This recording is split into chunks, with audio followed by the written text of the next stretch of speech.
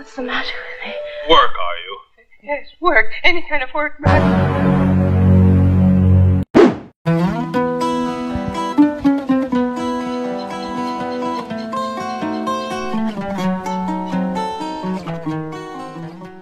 Hai guys, gimana kabarnya? Mudah-mudahan semuanya tetap sehat ya. Seperti biasa kita akan kembali merecap alur cerita film lawas yang keren. Di episode kali ini Mimin akan membahas sebuah film produksi Italia yang dirilis tahun 1973 berjudul Put Your Devil Into My Hell. Untuk sinopsisnya sendiri, film ini mengisahkan tentang seorang pemuda pengangguran yang tinggal di sebuah desa terpencil. Dengan ketampanan dan rayuan mautnya, sang pemuda dengan leluasa meniduri banyak gadis cantik dan para istri yang tinggal di desa tersebut. Penasaran dengan keseruan filmnya? Tak usah berlama-lama guys. Yuk kita langsung saja masuk ke alur ceritanya. Selamat menyaksikan.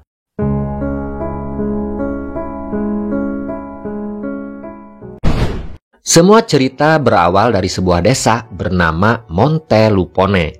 Desa paling terpencil di selatan kota Roma. Desa kecil ini dipimpin oleh seorang kepala desa bernama Tuan Gerpino. Karena letaknya sangat jauh dan terpencil, desa ini seperti terisolasi dari dunia luar.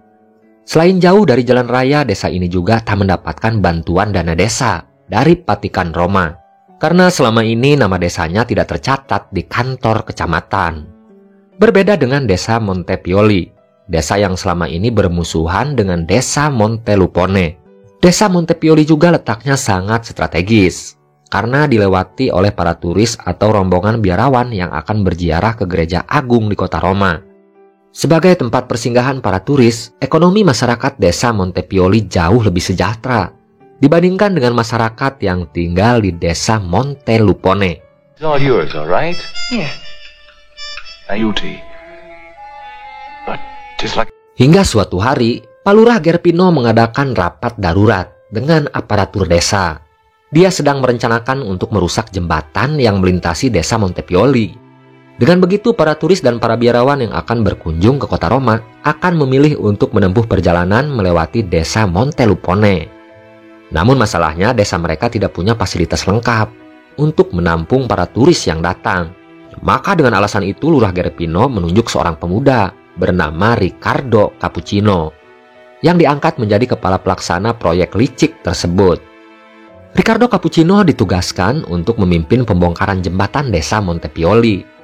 Dia juga bertanggung jawab untuk menyulap desa Montelupone menjadi tempat wisata yang bisa menarik banyak turis yang datang. Dengan begitu, kas desa bisa mendapatkan pemasukan. Those shepherds and villains should get rich just for nothing. You'll make a profit, Hugh, I can guarantee. Meskipun statusnya dianggap sebagai pendatang baru di desa Montelupone, namun Riccardo dianggap sebagai pemuda yang pandai bersosialisasi. Dia sering mengikuti kerja bakti dan kegiatan desa. Alasan itulah yang membuat Pak Lurah sangat menyukainya. Riccardo sendiri punya dua sahabat bernama Martuccio dan Francesco. Untuk mengelabui penduduk desa Montelupone, Riccardo mengaku berprofesi sebagai seorang pelukis, agar penduduk desa Montelupone tidak mencurigainya sebagai pemuda pengangguran. Saat ini Riccardo sedang bekerja di rumah Pak Lurah untuk melukis istri Pak Lurah yang cantik dan bahenol, bernama Nyonya Popea. Pak Lurah dan para penduduk desa Montelupone tidak ada satupun yang mengetahui kalau ketiga pemuda itu baru saja keluar dari penjara setelah didakwa telah meniduri para gadis dan para janda di kampung halamannya. Cuckolding their envy. Yeah, promise to tell me the truth now. One woman have you spared? And today, Setelah para penduduk desa Montelupone tidak mencurigai mereka, Riccardo mulai mengajak kedua sohibnya untuk memulai petualangan baru di desa pelarian mereka. Riccardo saat ini sedang menyukai anak ketua RT bernama Isabella. Sementara Francesco temannya sedang mengincar istri sekdes bernama Nyonya Violante. Francesco sangat tergila-gila dengan gunung kembar kepunyaan istri sekdes setelah beberapa kali berhasil mengintipnya. Saat istri sekdes itu sedang bermain-main dengan botol aqua di kamar mandinya. Sementara Riccardo mengajak Martuccio untuk membantunya agar bisa masuk ke rumah Pak RT, agar dia bisa meniduri anak gadisnya bernama Isabella. My husband isn't here now. Are you sure that? Francesco pun mulai menjalankan ide gilanya. Dengan menyamar menjadi seorang pengemis, dia berpura-pura mendatangi rumah Pak Sekdes. Tujuannya agar bisa bertemu dengan istri Sekdes, anu geulis. Awalnya ide itu kelihatannya akan berhasil. Namun sebelum Francesco berhasil ngagegel buah bernuk milik Nyonya Violante, tiba-tiba dari arah luar Bapak Sekdes masuk dan memergoki keduanya. Melihat ada laki-laki asing di rumahnya, Bapak Sekdes tak bisa membendung emosinya. Dia pun spontan mencabut pisau dan berniat membunuh Francesco. Namun karena dihalangi oleh istrinya, Bapak Sekdes itu akhirnya mengurungkan niatnya. Dia pun mengusir dan menendang bujur Francesco agar minggat dari rumahnya. Get out! Out! The odor of poverty in this house. Odor of... Sementara Ricardo yang dibantu oleh sahabatnya Martuccio sedang menjalankan rencananya untuk mendatangi Isabella, gadis cantik anaknya Pak RT. Sementara Martuccio mendapat jatah untuk menyelinap masuk ke kamar mamahnya Isabella. Dengan menaiki akar pohon, Ricardo dan Martuccio akhirnya berhasil masuk lewat jendela ruangan tengah. Keduanya kemudian membagi tugas. Martuccio menyelinap masuk ke kamar istri Pak RT, sementara Ricardo terlihat menyelinap masuk ke kamar Isabella. Dan ternyata Bu RT tidak menolak saat Martuccio mengajaknya tutumpakan. Sudah lama rumput Bu RT itu tidak disiram oleh suaminya. Pak RT lebih mementingkan setempel desa daripada memenuhi kebutuhan batin istrinya. What's the matter with me? Singkat cerita, Ricardo pun mulai menjalankan tugasnya, yaitu menyulap desa Montelupone menjadi tempat wisata yang menarik. Untuk melengkapi fasilitas bagi wisatawan, Ricardo menyulap kandang sapi menjadi hotel dan restoran. Pemuda itu sesekali memanfaatkan jabatannya untuk berbuat nakal kepada gadis-gadis cantik yang ada di desa tersebut. Sementara di tempat lain, Francesco kembali menyamar menjadi seorang pengemis agar bisa menemui istri Sekdes yang sangat dicintainya. Namun berkali-kali usahanya itu harus kembali gagal setelah Pak Sekdes kembali memergokinya. Poor man's not my lover. He's a poor peasant looking. Don't force yourself upon a poor defenseless lady. Bu Sekdes kemudian memberitahu suaminya kalau Francesco selama ini hidup sebatang kara. Dia pun merayu suaminya agar mau memberinya pekerjaan. Awalnya Pak Sekdes terlihat malas mendengar permintaan istrinya. Namun saat dia punya ide untuk memberi pelajaran bagi pemuda yang suka mengganggu istrinya, Pak Sekdes pun menuruti permintaan istrinya. Francesco pun dibawa ke sebuah ladang kering yang luasnya hampir 10 hektar. Pak Sekdes kemudian menyuruh Francesco untuk membajak lahan kering tanpa saluran air seluas 10 hektar sebagai pekerjaan pertamanya. Tentu saja pekerjaan yang tak masuk akal itu hampir membuat Francesco mati kelelahan. Sepekan kemudian, kepala desa pun mengumpulkan warganya untuk bermusyawarah demi memuluskan rencananya untuk membongkar jembatan yang dibuat oleh warga kampung Montepioli. Jembatan itu adalah akses satu-satunya ke desa Montepioli. Jika jembatan itu dibongkar, maka para peziarah yang datang ke kota Roma akan memutar arah dengan mengambil rute jalan yang melewati desa Montelupone, yang jaraknya 2 kali lipat lebih jauh ke kota Roma. Setelah jembatan yang melintasi desa Montepioli berhasil dirobohkan, para turis pun memilih untuk melalui rute jalan yang melintasi kampung Montelupone, termasuk rombongan Monsiur dari Vatikan Roma, yang memilih pulang ke Roma melewati desa Montelupone. Kenyataan itu membuat kepala desa Montepioli terlihat marah. Dia sempat merayu rombongan Monsiur agar mau menunggu perbaikan jembatan yang sedang dilakukan oleh warganya. Namun karena jembatan itu belum selesai, rombongan Monsiur tetap memilih melanjutkan perjalanan dengan mengambil rute yang melewati desa Montelupone. There must be a way to cross over. Melihat rombongan Monsiur yang datang, kepala desa dan seluruh warga desa Montelupone langsung menyambutnya. Meskipun Monsiur dari Vatikan itu terlihat ragu untuk menginap di desa tersebut. Sang Monsiur akhirnya memutuskan untuk tinggal beberapa hari setelah mendapat pelayanan maksimal dari warga desa Montelupone. Namun masalahnya rombongan dari Vatikan itu meminta untuk menginap di biara. Ricardo dan kepala desa Montelupone terlihat bingung karena di desa mereka tidak ada gereja ataupun biara. Jika rombongan dari Vatikan itu membatalkan rencananya untuk menginap, itu artinya desa mereka tidak akan mendapatkan pemasukan. Namun beruntungnya kepala desa Montelupone punya sosok pemuda cerdik seperti Ricardo. Dengan idenya, Ricardo meminta kepala desa untuk mengumpulkan beberapa anak gadis yang punya wajah cantik. Ricardo akan menyulap rumah seorang warga menjadi bangunan biara dan meminta para gadis yang dipilihnya untuk menyamar menjadi biarawati. No point in worrying about it now. I'll find you some nuns and bring them up to warn the abbess of your arrival. Untuk menghilangkan kecurigaan dari rombongan Monsieur dari Vatikan, Ricardo menugaskan para wanita yang menyamar menjadi pelayan restoran untuk melayani rombongan Monsieur sampai mabuk berat.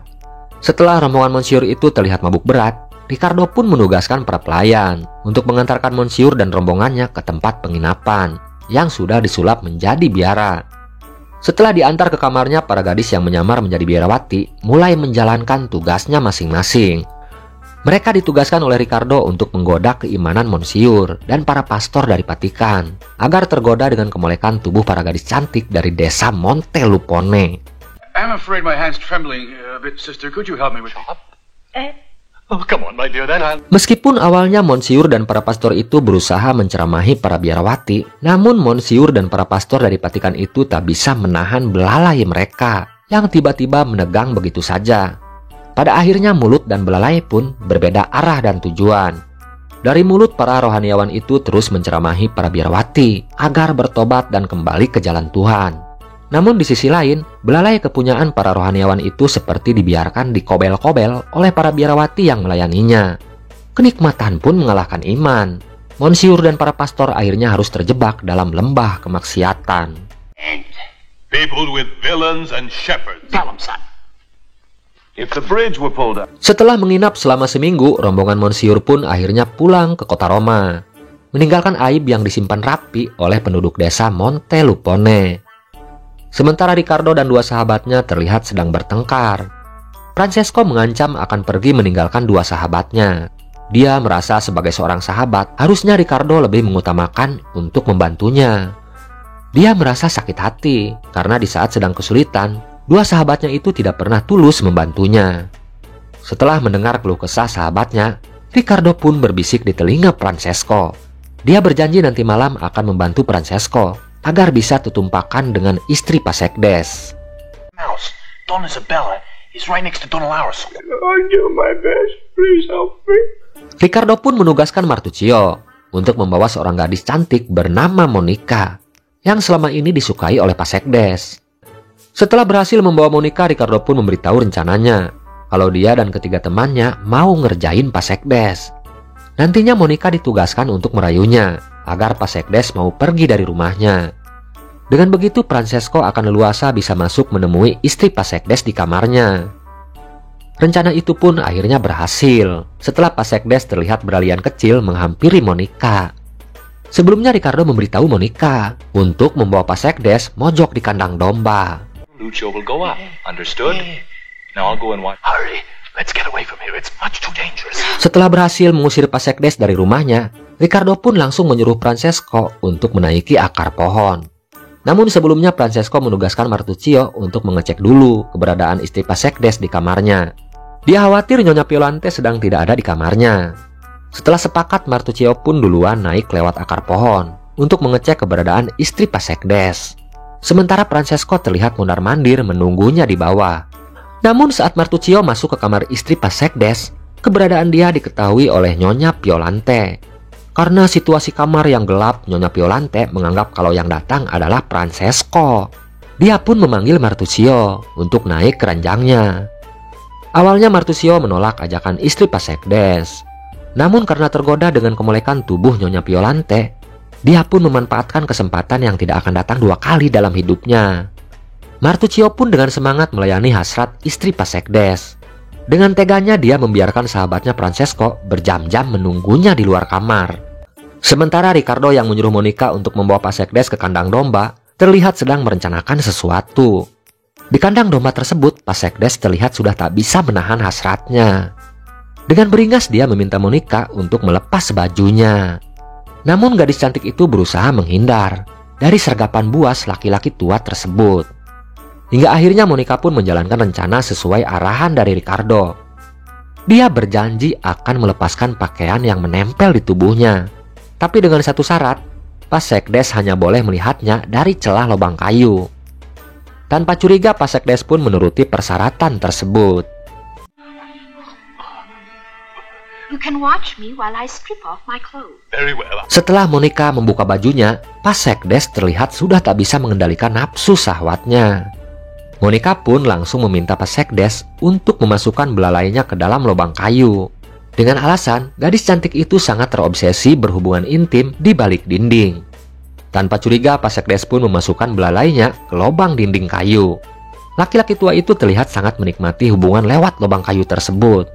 Pak Sekdes sama sekali tidak menyadari kalau yang dia embat adalah seekor domba. Setelah merasa puas, Pak Sekdes pun kembali pulang ke rumahnya. Sementara sang domba yang merasa hilang keperawanannya terlihat mengikuti Pak Sekdes. Domba itu seperti ingin meminta pertanggungjawaban dari Pak Sekdes yang telah menodainya. Sementara nasib sial kembali dialami oleh Francesco. Dia kembali gagal meniduri Nyonya Violante. Saat giliran dia masuk ke kamar, Pak Sekdes sudah kembali pulang ke rumahnya. Francesco mengalami luka patah tulang setelah nekat loncat dari jendela rumah Nyonya Violante karena takut ketahuan oleh suaminya.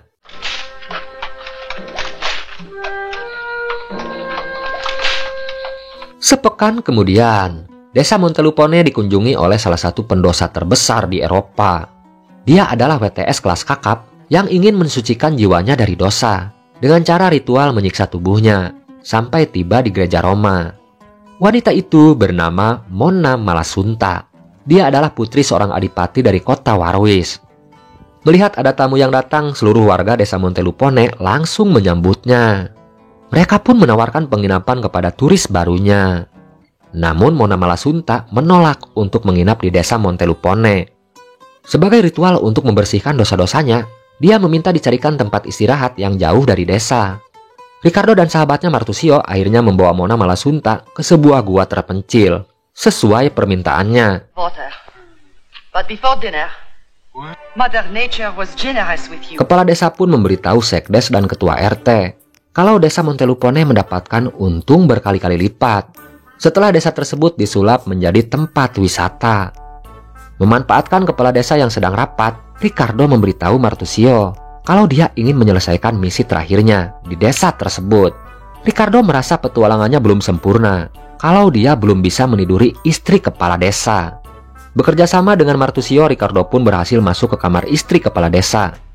Namun sebelum dia berhasil menggagahi istri kepala desa, aksinya tersebut dipergoki oleh suaminya. Kepala desa terlihat murka setelah tahu kalau pemuda yang selama ini menjadi kepercayaannya telah berselingkuh dengan istrinya. Karena aksinya tersebut, Ricardo dan Martusio ditangkap oleh warga desa Montelupone. Kepala desa pun menjatuhi hukuman kebiri bagi keduanya. Setelah mendapat banyak laporan kalau Ricardo telah meniduri semua wanita di desa tersebut, Ricardo dan Martusio sempat berniat kabur dari desa tersebut.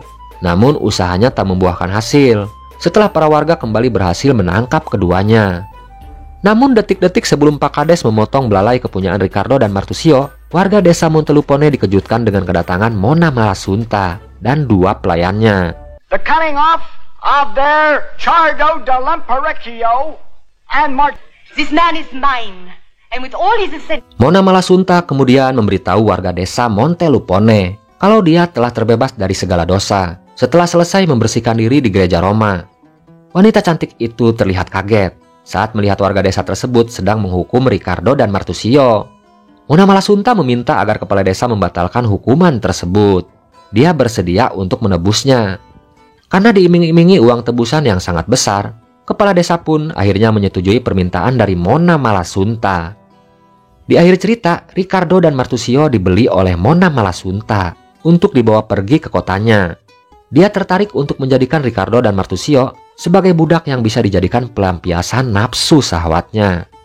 Cerita pun akhirnya selesai.